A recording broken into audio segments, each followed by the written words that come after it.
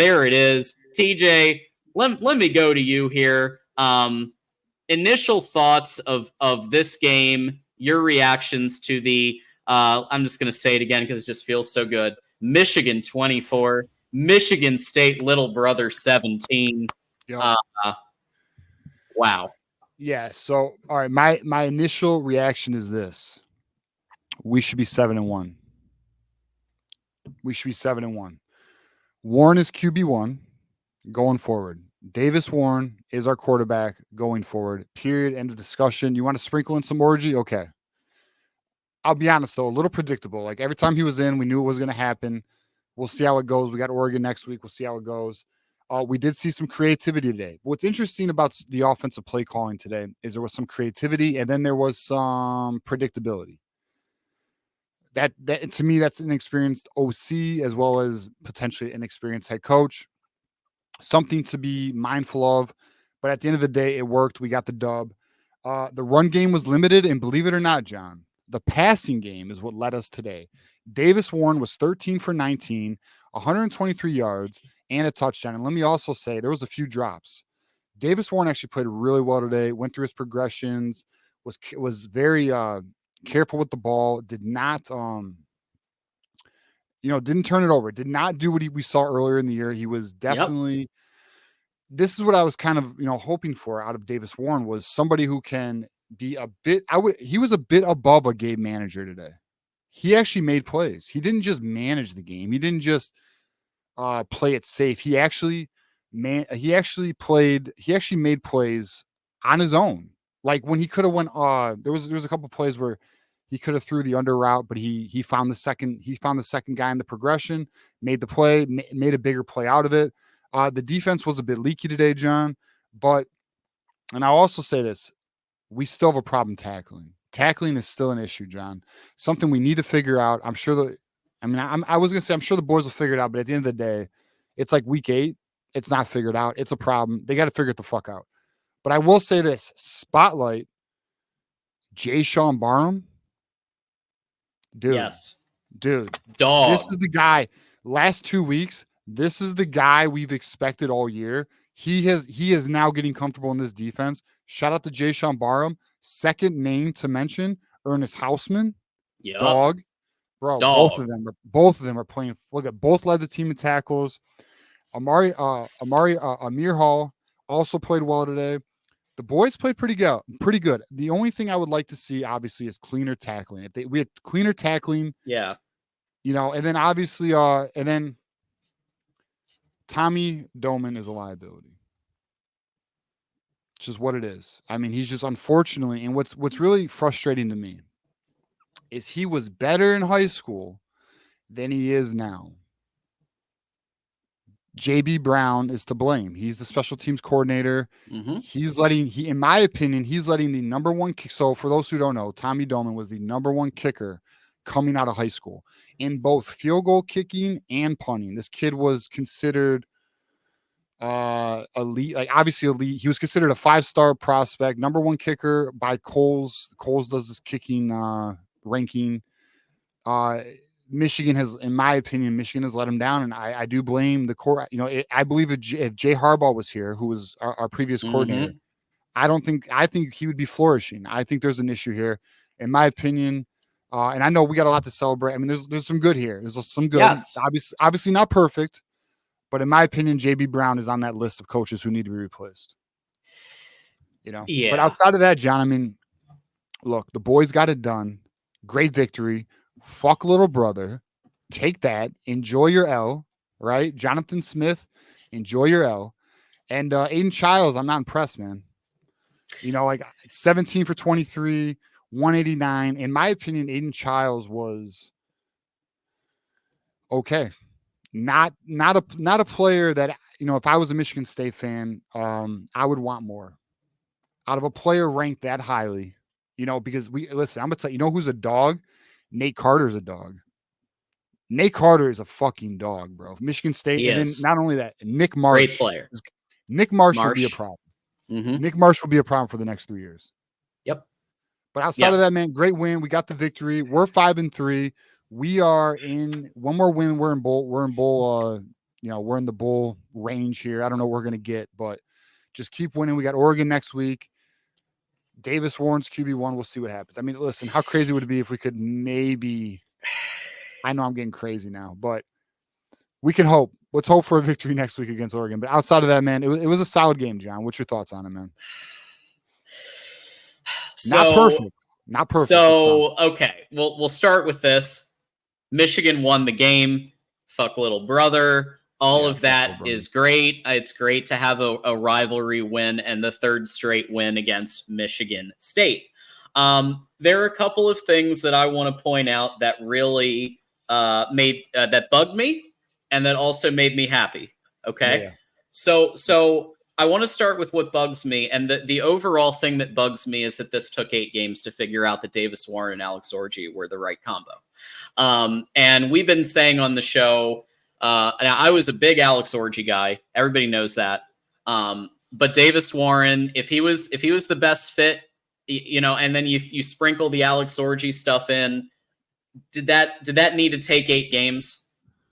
I understand that, like, early on Davis threw a lot of picks. I understand that, but like, I just don't. I mean, it looked like at times I was even saying, "Hey, this looks kind of like JJ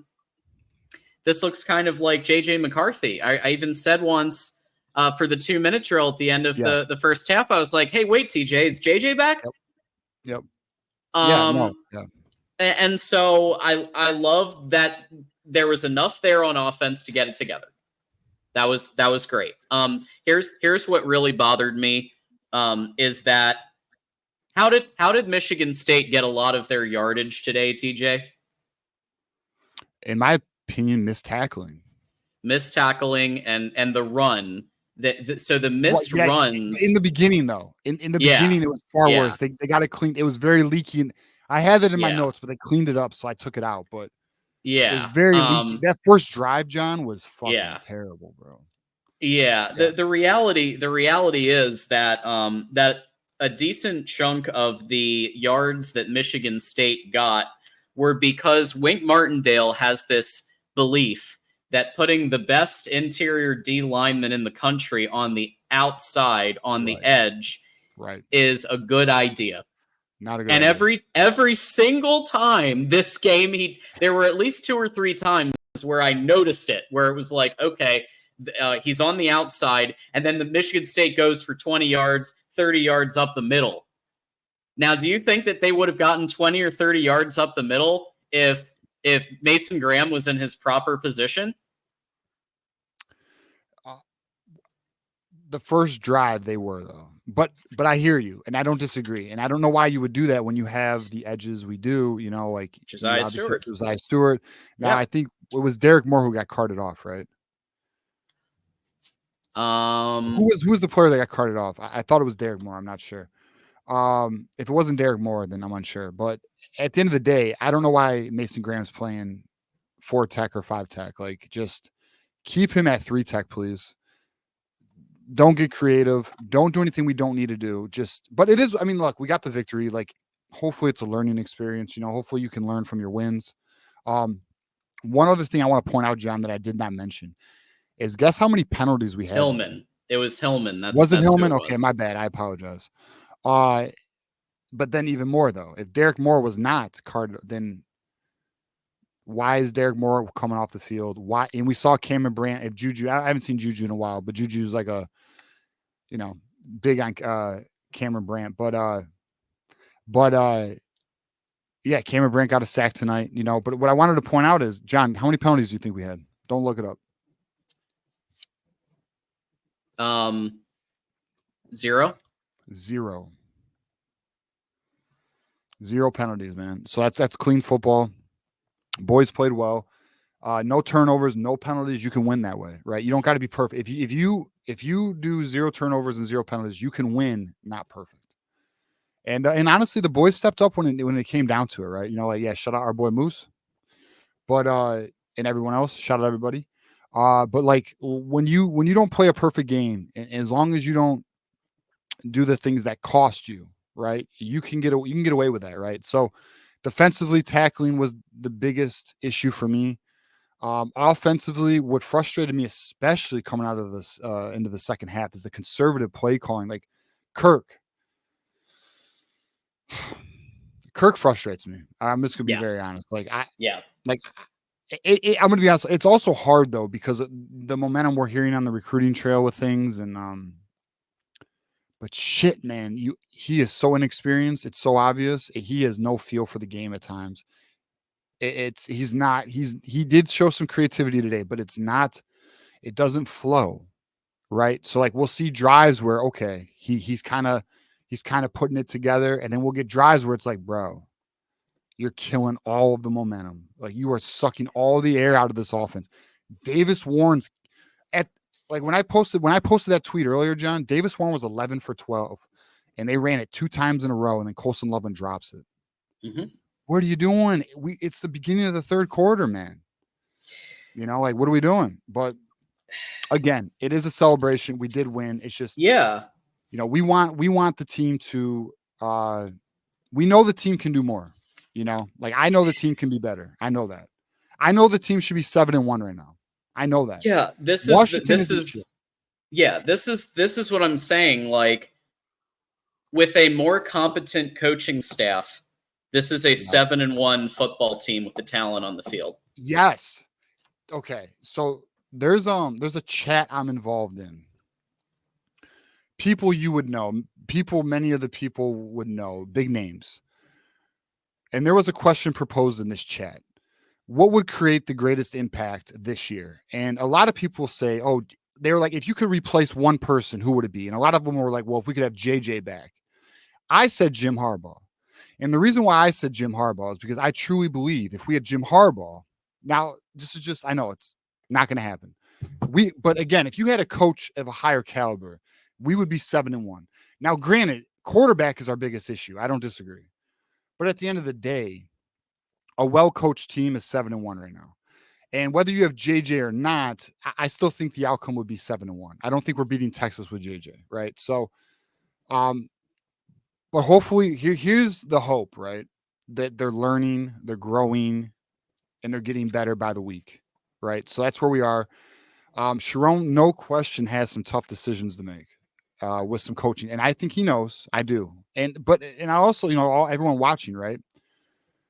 We're gonna learn a lot with what is done and what is not done in the offseason, whether it be through the portal in terms of player acquisition or coaches added, coaches let go. We know we have a sloppy team, but at the end of the fucking day, they got the dub, and we need to enjoy that. So shout out to that. Take it, Sparty. Another year of being bottom bitch. Take that. Yeah, and look, I think that when things were working, it was because okay, let's actually put some of our best players in positions to succeed, right? Whether it's putting Kalel Mullings in the game, getting 15 yards, whether it's putting Donovan Edwards on the outside in the slot for a nice pass there, whether it's putting Davis Warren in and not forcing him to be Superman, but let's do some play action to Loveland. Let's get some draw plays going. Nothing crazy, but enough to just open things up and let the game go. I think that's what we have been screaming for. Kalel didn't have his best game, but again, there were times when they put Donovan Edwards up the gut again. And how many times has that worked? Like, hasn't really worked since the Natty, has it? Maybe once this year, for that one touchdown run, but not often. Yeah. It's interesting, the running game tonight, right? Like Khalil Mullins, 13 carries, 18 yards, 1.4 average. Khalil Mullins wasn't doing it. Right. But what's frustrating is, where was Ben Hall? Why did Ben Hall get no tugs? So you run with Donovan Edwards, who's getting 2.7 yards, right? Like, I think we would all agree, and maybe there's someone who disagrees. And if you disagree, you can obviously call in, or obviously we got the Thursday show. But to me, Donovan Edwards cannot break a tackle. he is so stiff. Like as quick as he is, or as fast as he's not very quick. He's fast. He has straight line speed, right? Bro, he can't break a fucking tackle, man. Like he just cannot. Like as I'm not to be disrespectful because it's all love, but at the end of the day, it is what it is, right? So, I don't know. The running game is interesting. The offensive line, Josh Prevey in the beginning of the game totally blew his assignment and let that sack happen on Davis Warren on the first drive, I think it was. Yeah. The offensive line has a lot to be desired. Good news, I do fully expect that thing to be a lot better next season. I really do. I think they're gonna put some work into it and get the guys they need to be a more competitive team in terms of offensive line, quarterback, wide receiver position. Defensively, I'm going to be very real here. It's going to be tough to replace what we're going to lose. They are financially strategizing a way to do that, but even so, I mean, you're looking at 3 first-round picks, and that's hard to replace. I don't care if you're Alabama; like that's just hard to replace at times, Absolutely. So we do have a second hour officially unlocked, and we are $96 away from a third hour. That's because of everybody here contributing, and we really do appreciate everybody. We're going to knock through these super chats, and then we're going to take some calls. But yeah, go ahead. We are over 500 viewers on YouTube. Woo! Let's go! Thank you, everybody watching the show, liking the show, sharing the show, contributing to the show, commenting, calling in. We got 4 callers already lined up. Yeah, we do. Shout out to everybody. Thank you to every single one of you. Yeah, we do. So thank you to Troy. The new coach streak is broken. That's right. For the first time in a very, very, very long time, a first-year head coach defeats Michigan defeats Michigan State. Hasn't happened in a very long time. Kaoki with the 5. We always appreciate when Kaoki stops by. Also a YouTube member. Both QBs played within the limits of their own abilities, which is really all one can ask. Is if there is we ask, all we're asking is for the coaches to put the right players in the right spots. And from today's performance, Davis Warren's in the right spot as primary QB, and Alex Orges seems to be in the right spot in these run packages. It seems to work, at least enough to beat one of the 2 biggest rivals. So, hey. Yeah, I mean, like if we can get this type of play out of Davis Warren, it's all we can ask for this year. For this year, considering the situation, it's all we can ask for. And if Alex Orges is going, and you know what's interesting, John? I thought Alex Orges looked a bit quicker today. Now, maybe MSU's slow. They're not. But I mean, at the end of the day, like what I'm trying to say is like Alex Orges had some quickness, a little bit more burst is what I saw out of his running ability today, which was nice to see. Now look, I'll say this though. Every time Orges came into the game, we knew what it was. We knew what it was. And it was very predictable. It's a little frustrating. I think a team that's on a higher caliber than Michigan State's gonna not allow it to happen. So we'll see. He tossed it to Donovan Edwards one time. So yeah.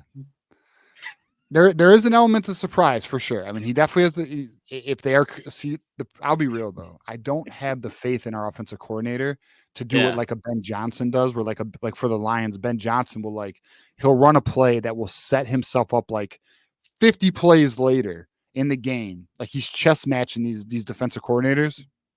I don't have the faith in Kirk Campbell to be like that. No. He seems to be very basic, simple. He doesn't seem to be very layered in his strategic approach. It seems to be pretty much unfortunately, our offensive approach is face value. You kind of know what you're getting based on alignment. There's a lack of creativity for sure, but there was moments in the game where there was creativity, but then you see these moments where it's like, oh, this is predictable. Edwards up the middle, and then a 3rd and 9 pass. Drop. Right. Yeah. So I mean, but hey, there was a flea flicker that was caught to Morris. Samaj got a good one. There was a reverse or 2. There was a pass to Donovan Edwards, which then he threw And he is still, I believe, 100% completion percentage in his career as a passer. So yeah. So to be honest, they might want to use it a little more. it works. And I don't every mean every time. game. I don't mean every game, but I do mean like more than every 8 games or 10 games. Yeah, big games. Oregon, Ohio. Yeah. Maybe Indiana. I mean, Indiana's a big game too. Indiana's 8-0. Holy shit. Hey, they're beating Ohio State, bro. Yeah, they are. I can't wait, beating man. Ohio State. Nebraska Ohio State today. And shout out to one of our commenters mentioned that Ohio State's not shit, bro. I wish we were better because we'd fucking beat them again. Absolutely. Yeah, lots of super chats today. Thank you so much to Ramez for the 2 empty super chat, the ones John likes to shut up. So yes, well, we like the super stickers. We like we like everything. If you're contributing, we appreciate you. And this is one. This is a super sticker right here. Detroit Kyle just throwing us $10. Detroit Kyle is a good friend, man. Supporter of the channel. Much respect to my friend here. Absolutely. Yeah, no doubt. Yeah. Thank you. And Detroit Kyle, you helped us get a second hour. So there you go. Wolverine Casual with the 5. I was pushing for Tuttle and I was wrong. A bit sad we haven't given Warren time to develop. Well, don't worry about it too much, Wolverine Casual, because look, we've all been playing the guessing game here because we're all playing half blind. We don't see what's happening in practice. We just see what we're seeing piecemeal on the field here and there, and what we're hearing from reports in practice, which have been very overly rosy. So yeah, we've been on I was on the orgy train for a long time. I mean, we've all kind of been in the same boat here, figuring out who's the best. The truth is, Warren might have needed a little time to reflect on the bench, right? Because he was creating turnovers that were just unacceptable. It was inexcusable, some of the throws he was making. If anyone was paying attention to our show this week, I was telling everybody I was hoping for Davis Warren to start. We got it. I was talking I know some people are frustrated. We had Darren Graham on Thursday on the call-in show, and some people aren't the biggest fan of Darren, which is interesting. But me and him were chatting, and the reality is, like, it's almost like it was required. Like, Alex Orji had to get his opportunity. Tuttle seemed to be the coach's pick, and he needed to fail before they could really trust another quarterback. It's where we are. It is what it is. It's unfortunate. I mean, if Davis Warren could have handled it from the beginning, we would be in a better position. But I don't even quite blame it on the coaches either. I mean, I'm sorry. I don't quite blame it on the players either. I blame it on the coaches. Like, in my opinion, the coaches did not put the players in the position to succeed. Now, granted, the coaches are not throwing those interceptions, right? But at the same time, there's more talent on this field than what the results are showing, right? So that comes down to coaching. It absolutely does. And we just continue on from here. So Beats and Treats, who's one of our YouTube members with the 2, Kenneth Grant fell on the fumble this time. Yes. True. I saw that. Mm-hmm. I was watching the game with my dad, and I was like, he learned his lesson. He learned his lesson. He's not going to pick it up and run. He literally fell on that. Lesson learned. Good for Kenneth Grant, man. There it is. Matthew Rowley with the 5, YouTube member. I'm as happy to beat MSU as anyone, but this team is still not good. MSU isn't a very good team. Saying we should be 7-1 is insane. Why? Chill out a little. Hold on. Oh, snap. Okay. Hold on. We agree the team has a lot of issues and holes. We agree. Washington's not a good team, my friend. Illinois is not a good team, my friend. If you have a quarterback like Davis Warren, or if you have a better coach, we're 7-1. We barely lost to both those teams, and we had the lead on Washington in Washington. We should be 7-1. Texas, that's an L regardless. It's an L regardless. We don't disagree. I'm sure you agree with that. If Matthew, I was seeing if you called in, you haven't. Call into the Thursday show or call in tonight. Let's debate it.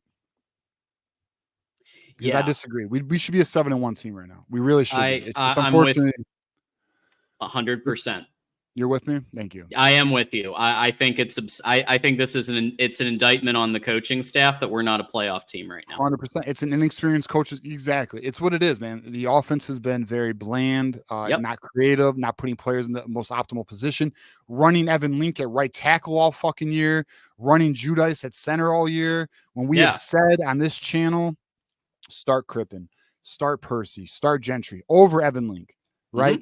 Have Khalil Mullins be RB1. Like things that have occurred after we have said for weeks that these things need to occur. I said earlier this week, I was hoping it was Davis Warren. Davis Warren starts. Like, listen, I don't know it all, but we hit for average. I'll say that. We hit for average. Yeah, that's why you keep it at Michigan, the voice of college football, because we're batting a pretty good average here. Pretty good average. Wolverine casual at the 5. Orgy is predictable, but they're now running misdirection with him, so you don't know who's getting the ball. There was pre-snap motion. There was definitely a little bit more like for the defense to factor. And he ran with way more patience today. I agree. 100%. And burst. I thought there was some good burst out of Orgy today. Some burst I wasn't seeing earlier in the year. You know, maybe a confidence, maybe a lack of thinking and more reaction, you know. Yeah, I mean, I thought Orgy did pretty good, but I will say this: we play against a higher caliber defense. I think they'll sniff it out. It's so predictable. You know what's coming. You know. Yeah. He did give it to Donovan one time, so you know. Wolverine casual with the 5. It is pretty wild how much Josiah gets held on the outside. Yeah, he gets a lot of action because people know he's a factor. I'd say he's turning into one of the best edges in the country. I mean, he is turning into a first-round pick. Legit. He has 6 sacks on the year. Like, he is fucking playing fantastic. Absolutely. Wolverine and casual again. Another one, DJ Khaled with the 5. Honestly, Kurt looked a little worse than he should because Mullings had the worst game of the year. So many lazy calls looked especially bad. Yeah, but he still shouldn't be running 2 straight up the middles and then a 3rd and 9. No, just no. Like, that's not against this team or any halfway decent team except like the first maybe couple of games. Well, the reality was all game, though, you weren't making progress in the run game. Like, you need to adapt, man. Like, you need to have a feel for the game and understand where it is. Offensive line was not playing great today. Now, it did good in terms of pass pro, but in terms of run blocking, no. Lanes were not being created. Like, Kirk Campbell really needs, like, this is an issue with an inexperienced offensive coordinator or coaching staff. They try and force players into schemes and play scripts, right? Experienced coaching staffs, they adapt, they evolve in game, right? And we're not seeing that yet. Like, they're not there yet. Like, they're not evolving, they're not adapting, they're forcing shit. And that is why you see these plays that just kill momentum. They'll force the run and it's getting 1-2 yards. It's like, look, man, you should know in the third quarter where we are. Like, the first half showed you it's not changing. Like, you gotta get a little more creative here. You can't just run up the fucking A gap. It hasn't been working all game. It's not going to work in the third quarter. And if you're going to run up the A gap, you don't put Donovan Edwards in there. Well, and don't do it 2 times in a row. Yeah. Like, get more creative, please. Just a little. Just to try the perimeter. The perimeter kind of worked, in this game. Like, when you did a perimeter run, or even when they went wide receiver perimeter run or screen or anything like that, it worked. You know who else played well today that I thought? I thought Samaj Morgan played pretty good today. I thought so too. I had him down. Samaj Morgan. Yeah. It says only 3 for 12 yards, but I just felt like he had a bit of an impact. Well, and he had a run. Yeah, he had a run for 7 there. Yeah, and kick return, I thought he did pretty good. Yeah. Well, only 1 for 8. So I guess it wasn't much, but it seemed like it was impactful. Yeah, I saw him, and I wrote it down a couple of times. So that means if he made my notes a couple of times, that's you're doing well. But all right, let me just say this, though. Colson Loveland was 6 for 67 yards today. Yeah. Our second best receiver was a running back. Yep. 2 for 17, Donovan Edwards. Our best receiver, true receiver, was 1 for 23, Tyler Morris. Yeah. And no other receiver had more than, well, Samaj had 3 receptions for 12 yards. Yeah. Bro. Still better than when nobody was getting anything. I know, but like, can we get like 4 receptions for like 70 or something? Can we maybe get 100 yards? I mean, baby steps, crawl before you walk, you know? wow. It's wild, man. I can't believe they thought CJ Charleston and Amarion Walker was a solution, man. Hey, got the dub. Elisha with the 2, Makari Page, Right. Chinese. Yeah, he's been really cooked this season. I don't know if it's because the like Rod Moore not being on the other side. I don't know what it is, but he's been having a down year, big time. Yeah. Well, all right. Even if it is Rod Moore, I don't think it's that. By the way, I think it's the scheme. I don't think he's comfortable in the scheme because it is a different scheme. It's not the same scheme we had. Right. As much as we were sold all off season, it would be the same scheme. It's not. Makari's just not playing good ball right now. You know, Quentin Johnson made far more impact plays tonight. I don't see Makari Page just stepping up right now. I mean, he'll be back next year. Hopefully, you know, he'll pick it up. And Nick coming through, as Nick has been doing every post-game show, coming through with a 20 burger, which significantly got us towards that second hour. How many truckloads of Coke you think they showed off to the star recruits throughout the visit? Just pay Bryce Underwood $6 million and give each of his family members a job on Wall Street, along with Lambos and strip clubs. There you go. So Nick is volunteering to become the new associate director of NIL for the Michigan program. I think that's what he's volunteering for here. I'd hire him. Absolutely. Yeah, I mean, there's some interesting stuff with Bryce Underwood going on right now. I'm gonna lay low on it right now until some things become more public. But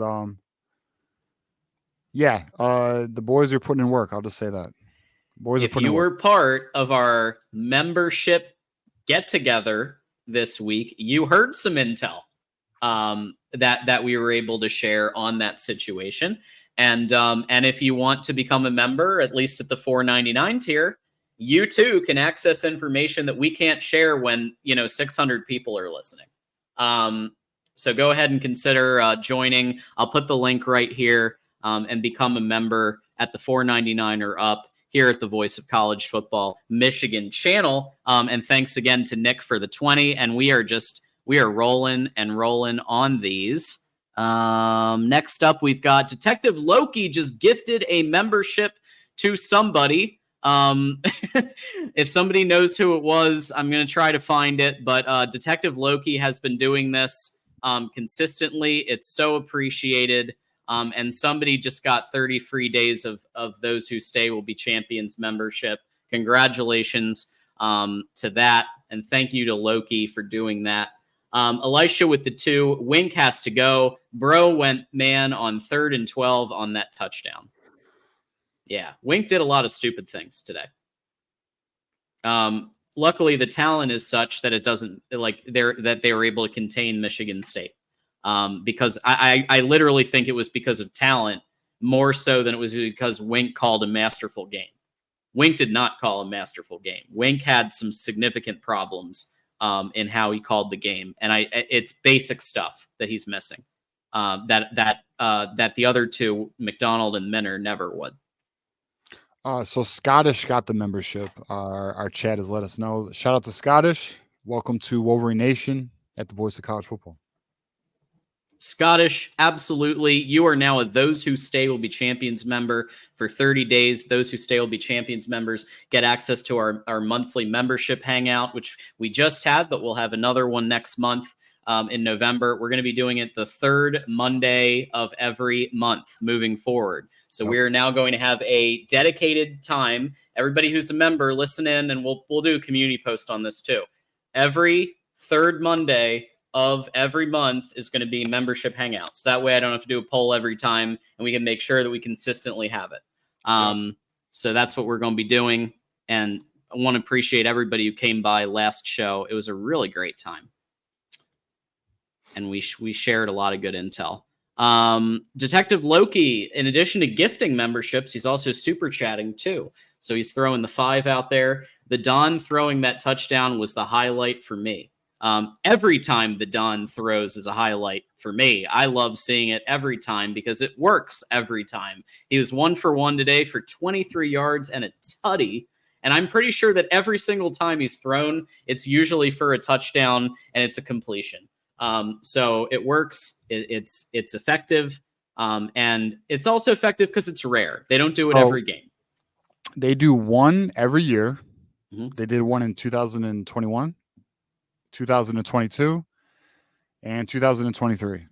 And now we're in 2024. So they've done 4. They've done one every year he's been a player. He is 4 for 4, 100% completion. He has 2 touchdowns on it. So not too bad. Not too shabby. Elisha with the 2. Link, Barham, Warren finally said enough is enough. So Barham had a great day. I would take Link out of it. Although, I mean, look, I'll say this, though. When Link came in, it wasn't like there was a glaring hole. Right. The offense actually played pretty good. I will say Barham, Warren, Houseman played. Loveland played extremely well today. Zavada, we can always trust Zavada. Zavada is the one player I have zero concerns about. Absolutely. Consistent as fuck, that guy. Yeah. Keith with the 5. Kudos to TJ, John, Sharon, and Kurt. I love that he's giving us kudos alongside the coaching staff. Like we're there, with a headset. I love it, Keith. Thank you so much. On the daily, bro. We're in the paint. Warren and Orgy are the right combination. So this is the captain of the Jack Tuttle fan club. It is. And I think you're right, Keith. For the rest of the year, no question, we found the right combination, which is good and very promising. Good decision making, progressions, comfort. I saw some comfort in the pocket where he wasn't rushing his processing. He was making good reads. Yep, it was good to see. Moose, moderator, YouTube member, contributor. The Moldozer didn't look so Moldozer tonight. Yeah, Mullings had a rough game. There's no. I mean, I've been very pro Mullings. I don't think it was all his fault. I think that the line had something to do with it. I also think 100%. The play calling had something to do with it. 100% the offensive line was not good tonight. But at the same time, where was Ben Hall? Why are they anti-Ben Hall? I don't know. He looked good to me in the limited time I've seen him in the spring games and in the limited play action. The same thing. He looks good to me. But again, we're not at practice. True. So Orgy averaged 10.67 yards a carry tonight. Go Orgy. Yeah, I feel like when he's not in at QB1, it just seems like he's more effective as a runner. When that's all he has to focus on, it just seems like he's more effective that way. So ESPN has rounded up to 10.7. So show some respect, Loki. Hey, there we go. He was solid tonight. I still have my concerns with it, though. I feel like a more capable defense doesn't allow it to happen. Michigan State is still a team. Year 1 for Jonathan Smith. They're still trying to find themselves. I don't know if you pull against Oregon. I'm not expecting the same results. Still can't get off the field on 3rd down. Frustrated. You're talking about the defense keeping Michigan State's offense on the field, or are you talking about us getting off? Michigan State was 8 for 15 on 3rd down, which isn't amazing. You'd like to see it a little less, but they did okay. Yeah. I think the talent, the superior talent on the Michigan side, I think was a big factor here. I don't think it was Wink's play calling. Will Johnson did not play. That is extremely notable. But Jair Hill's having a great year. Jair Sugar, as he's also known, he's cooking this year. Yeah. in Will Johnson's absence, he is taking and a our good cornerback room, position. by the way, is stacked. If we land, damn, why am I forgetting his name right now? Fuck, kid from Georgia. Why am I forgetting his name right now? Shamari Earls. Oh, Shamari Earls. Yeah. We land Shamari Earls with Jaden Sanders, and we got Josiah Edmonds in this room with Jair Hill. Like, cornerback's gonna be okay. Like, we got two very, very good corners coming in this year. And just so you know, if I had to put a crystal ball on Shamari Earls, I'd give it a 9 out of 10. Yeah, it's looking very good. He's looking very good to come over. And once it's a Fong bomb, it's 99%. Well, he committed Tuesday night, bro. Yeah. So is what it's it is. happening. Yeah, we'll see what happens publicly. Ramez, are we now better in pass blocking than run block? I mean, tonight we were. Tonight it definitely looked like it. Tonight we were, which is very interesting. It is. I don't know. We'll have to see how it trends the rest of the season, but I can't imagine that we will be better pass blocking than run blocking the rest of the year. It was the opposite for the first half. So I don't know. We'll see. Boys did better though. I need to look at what did Michigan State do all year in terms of sacks. Let's see. Yeah, you check that out. Meanwhile, I'm going to take this next one here. Wolverine casual with the 2. I hope Gentry is okay. Me too, buddy. Of course. Everybody who Hillman and the other guy who I saw him and I was like, who's that? Right, it was somebody's going to know in chat. But like, yeah, there were a couple of players who went out with an injury tonight. So hopefully everybody's okay. Matthew with the 5. The coaching staff is a part of the team. Agree, we are talented, but beating MSU isn't convincing me that Moore should stay along with the coordinators. Yeah, I mean, this game is going to make the argument tougher to fire Moore. This game will make it tougher. Is it going to make it tougher to fire Kurt Campbell and Wink Martindale? No. I still think they need to go. But I'm leaning more and more now with this game. If Michigan makes a bowl, and especially if Michigan wins one of the 3, Oregon, Indiana, Ohio State, Moore's getting another year. Definitely. Moore is getting another year. He is getting another year. The only way it doesn't happen is if we don't make, and I don't even know, and I'm not even gonna this isn't 100%. The only way it could possibly happen is if we don't make a bowl game. Right. That's what I was thinking. If it was 4-8 or 5-7. Yeah, if we make a bowl game, he's in for another year. They are not buying him out. The donors, the way that things are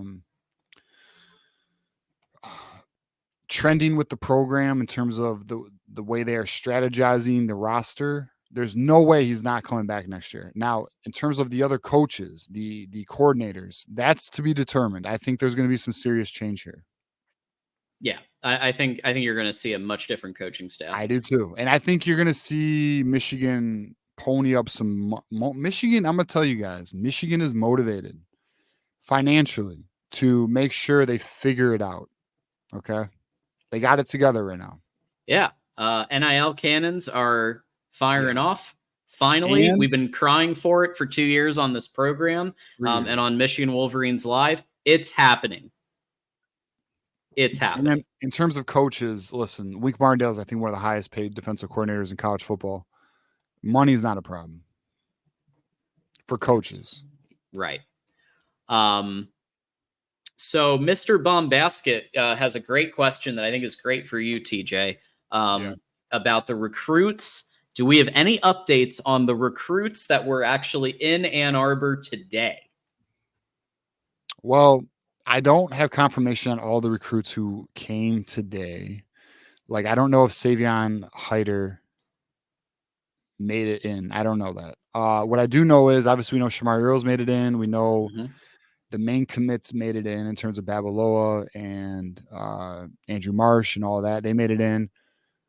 There was a visitor today, but I don't know if he made it to the game. And I'm going to leave the name nameless for now because I thought it would be more public, and it's not. And because it's not, I'm going to lay low. I don't want to. I'm in the position now where I'm going to chill on some stuff because we want it to happen. So we'll see. But here's what I will say. There is optimism in a lot of areas right now for especially the main four. And if you've been watching our show, you know who the main four are. So we'll see where it goes. There's a lot of optimism and things are progressing for sure. They're definitely not regressing. I can promise you that right now. So we'll see. And there was a certain individual who was on campus today. But I cannot confirm if he was at the game, and I don't think he was because I was texting John about this. Like there was no confirmation he made it to the game, but that doesn't mean anything either because there's far more going on. There is far more going on than that small shit. So we'll see what happens. I will say that I think this was a good atmosphere for the kids to be at in terms of recruiting because if you guys saw the beginning of the game, it was hype as hell with the lights and everything. It was hype. That was so sweet. Yeah, they do a great job with that. We got the dub, so I mean, it was a rivalry game. Like, I mean, this really was a good game to have this big recruiting weekend. Yeah, we will know. I will have far more for you on Tuesday's show. We will do a recruiting segment. I will have far more for you. Hopefully, I can share more. Hopefully, a few things become a little public. Our boy Moose is kind of involved on some of this shit. I told him earlier today I'm going to start laying low on certain things because we just want them to transpire. Okay, because we don't want to cause attention to certain things. Yeah, because at the end of the day, if we are able to pull some of these players, then that's all we can ask for. It doesn't matter if I don't want to ruin something, you know. Yeah, we want to make sure that some of these high-profile recruitments they happen. We don't jump the gun on something, but there's some very positive vibes going. And the one that everyone's really focused on right now, there's a reason why it's not so public. I'll leave it there. Miles Hinton had a great day. Welcome back from Beats and Treats. Yeah, I thought he did a great job on the blocking and he was a bright spot on the line. And what you saw was a lot of left running on the left-hand side on the perimeter. Loveland had a couple going that way. So yeah, I think they knew. I think there were even some play designs because they knew Miles Hinton was back because he was doing such a great job on that end. So yeah, great job. Welcome back. Look good today. Yeah, Miles Hinton looked really good. Also, I want to just confirm this. There's somebody in the comments saying Trey McKinney. Listen, one thing I will share: Trey McKinney's a Wolverine. He's a Wolverine. So enjoy him when he commits November 6th or 9th or whatever it is. So he'll be here. He'll be in blue, amazing blue. Trey McKinney will be definitely a Wolverine. Game over. Wolverine casual. What is up with injuries this year? Also, do we think that Will Johnson shuts it down? So, from my understanding, there was a legitimate injury here that kept him out, and what they don't want to do is play him when something is lingering to jeopardize his future. Now we'll see what happens. We'll watch it week to week. You know, they're thinking long term here, not short term. So we'll see. I will say this though. We are in the space now where you're going to see players making business decisions. It's just part of the game, especially some of our higher ranked guys. It is what it is, man. It just is what it is. I mean, we're not having the best year, boys. I think now one of the positives we can get from that, though, is we will see what we have to work with for next year. Absolutely. I would say I don't know if Will Johnson shuts it down or not. I think this is good player management. If he's having a legitimate injury, and this isn't like a JSN situation where he just basically shut it down for the whole year. Yes, he had a thing, but I think that if Will has a legitimate thing, you want to keep him out a couple of games. Let's hope he comes back either for Oregon or at the very least for Ohio State, because I think we'll need him for that one. But you think, John? You yeah, think? yeah, I think we might need the best quarter in the country for the Ohio game in Columbus. Yeah, I'm really going out. That's really a hot take, I know. Excellent analysis, John. What is up with injuries? I think you might be seeing the Ben Herbert leaving effect a little bit here. But there's always some injuries that happen every single year. But going from Ben Herbert to Justin Tress is a downgrade. How much of a downgrade? I still think it remains to be seen because strength and conditioning effects take time to show up. And he was an acolyte of Ben Herbert, so I have a feeling that a lot of the same themes, a lot of the same, at least from a high level approach, might be the same. But you might be seeing some Tress effect there as well. Elisha, knock these out here. We got Elisha with the 5. Pass blocking looked the best today that it did all year. Yes, I agree. Can we now agree that wide receivers are the biggest problem on offense because Warren can throw? Wide receivers are a problem.